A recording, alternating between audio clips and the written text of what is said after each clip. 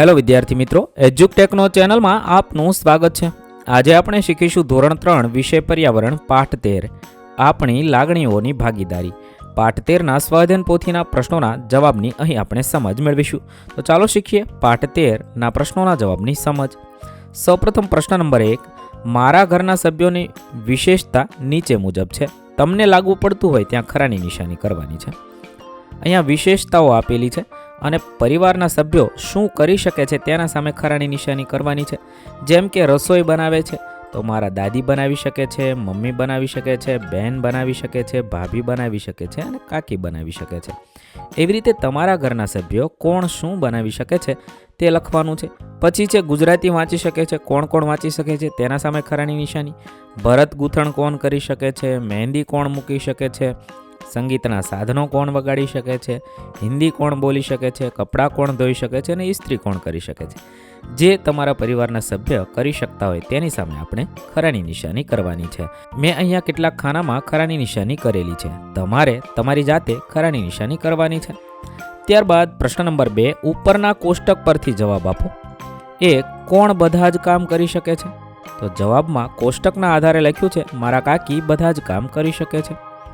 બીજું, કયું કામ એવું છે જે માત્ર એક જ વ્યક્તિ કરી શકે છે? તો એક જ વ્યક્તિ કરી શકે તેવું એક પણ કામ નથી। ત્રીજું છે, તમે કયા કયા કામ કરી શકો છો? તો હું ગુજરાતી વાંચી શકું છું, હિન્દી બોલી શકું છું, આ કામ કરી શકું છું। સવાલ નંબર 4, કોઈ કામ એવું છે જે કોઈ પણ કરી શકતું નથી? તો કહે છે ના, એક પણ કામ એવું નથી જે કોઈ કરી શકતું નથી। પ્રશ્ન નંબર 3, પાઠ્યપુસ્તકમાંથી સીમાના ભાઈની વાત વાંચવાની છે અને તેના આધારે વિધાન સાચું છે કે ખોટું તે લખવાનું છે। 1, સીમાના ભાઈની આંખે જોઈ શકતા નથી, વિધાન સાચું છે। 2, સીમાના ભાઈ ચાલવા માટે હાથમાં લાલ લાકડી રાખે છે, વિધાન ખોટું છે। 3, તેમને પોતાના બધા જ કામ કરવા પસંદ નથી, વિધાન ખોટું છે। 4, સીમાના ભાઈ પુસ્તક વાંચીને શીખી શકે છે, વિધાન ખોટું છે। 5, તેઓ વાંચવા માટે ઉપસેલા ટપકાવાળા અક્ષરનું પુસ્તક વાપરે છે, વિધાન સાચું છે। 6, તેઓ લખેલી વિગત વાંચવા આંગળીઓના ટેરવાનો ઉપયોગ કરે છે, વિધાન સાચું છે। 7, તેઓ સ્પર્શ દ્વારા વસ્તુને ઓળખીને યાદ રાખે છે, વિધાન સાચું છે। આ રીતે આપણે જે વિધાન સાચું હોય ત્યાં ખરાની અને ખોટું હોય ત્યાં ખોટાની નિશાની કરીશું। ત્યારબાદ પ્રશ્ન નંબર 4, શું તમે કહી શકશો કે પ્રજ્ઞાચક્ષુ વ્યક્તિ પ્રશ્ન 3માં દર્શાવ્યા પૈકી કઈ બાબત જાતે કરી શકે છે અને કઈ બાબત કરી શકતા નથી?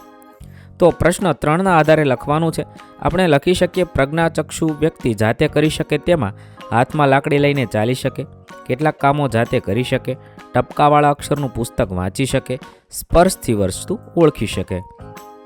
જ્યારે ન કરી શકે તેમાં બધા કામ જાતે ન કરી શકે, પુસ્તક વાંચીને શીખી ન શકે। આ રીતે તમે લખી શકો છો। ત્યારબાદ પ્રશ્ન નંબર 5, જે લોકો જોઈ શકતા નથી તેમને આપણે કઈ કઈ મદદ કરી શકીએ? તેને યોગ્ય ખાનામાં ખરાની નિશાની કરવાની છે। તેને આપણે ચાલવામાં મદદ કરી શકીએ, છાપું વાંચવામાં મદદ કરી શકીએ, વિદ્યુતના સાધનો ચાલુ કરવામાં મદદ કરી શકીએ, ગેસ સ્ટવ ચાલુ કરી આપવામાં મદદ કરીએ। આ રીતે જે મદદ કરી શકીએ તેની સામે ખરાની નિશાની કરવાની છે। પ્રશ્ન નંબર 6, અહીં આંખે ન જોઈ શકાતી અને કાને ન સાંભળી શકાતી અને બોલી ન શકતી વ્યક્તિઓની વિગત આપેલી છે। જેને જે વિગત લાગુ પડતી હોય તેના સામે ખરાની નિશાની કરવાની છે। પહેલું છે, વિગતનું નામ છે વસ્તુની સુગંધ કહી શકે છે, તો આંખે ન જોઈ શકતી વસ્તુની સુગંધ કહી શકે, કાને ન સાંભળતી વ્યક્તિ પણ સુગંધ કહી શકે છે અને બોલી ન શકતી વ્યક્તિ પણ સુગંધ કહી શકે છે। બીજું છે, વસ્તુનો રંગ બતાવી શકે, આંખે ન જોઈ શકતી વ્યક્તિ ન બતાવી શકે, બોલી ન શકતી બતાવી શકે છે।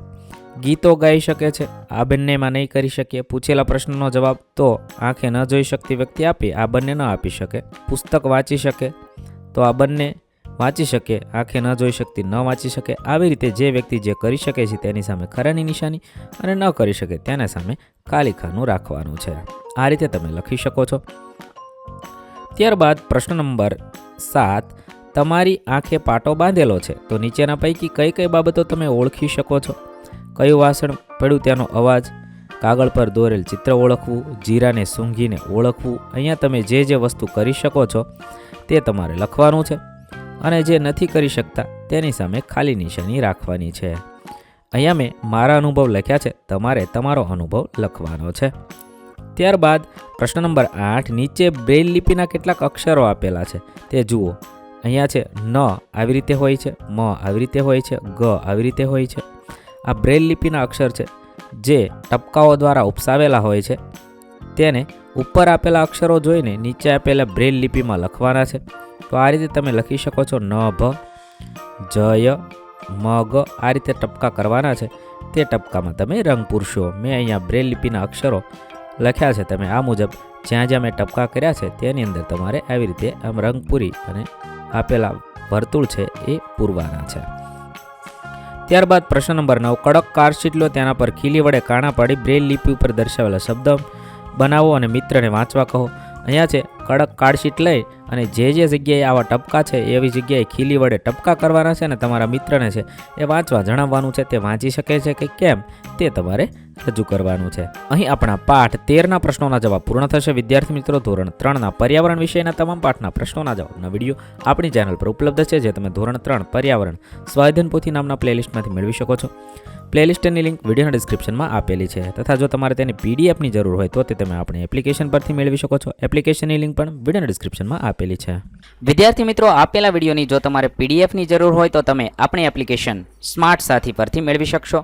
વિદ્યાર્થી મિત્રો, આપણી એપ્લિકેશન સ્માર્ટ સાથી પ્લે સ્ટોરમાં આવી ગઈ છે, જેની અંદર તમે બધા વિભાગ જોઈ શકો છો. તેની અંદર વિવિધ ધોરણ છે. ધોરણ ઉપર ક્લિક કરતાં વિવિધ વિષય ખુલશે.